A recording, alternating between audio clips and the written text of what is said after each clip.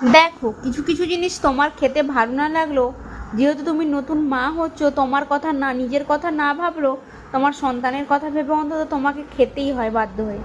তো দেখো, আমারও ভালো লাগে না এই প্রতিদিন সকালে ঘুম থেকে উঠে 1 গ্লাস করে মেথি জল, তারপরে এই ভিজানো ড্রাই ফ্রুটস খেতে, একদমই, কিন্তু তাও বাধ্য হয়ে খেতে হয়। তাই সেই জন্য রাতের খাওয়া দাওয়া সব শেষ করে বসে পড়েছি সকালের খাবারগুলো ভিজিয়ে রাখতে।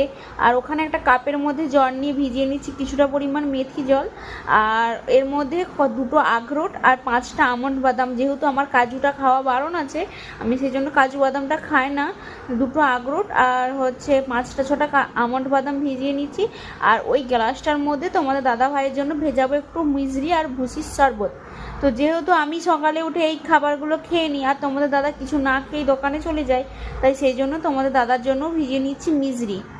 তো কিছু করি আর নাই করি, প্রতিদিন রাতে এখন এটা হচ্ছে নতুন একটা কাজ।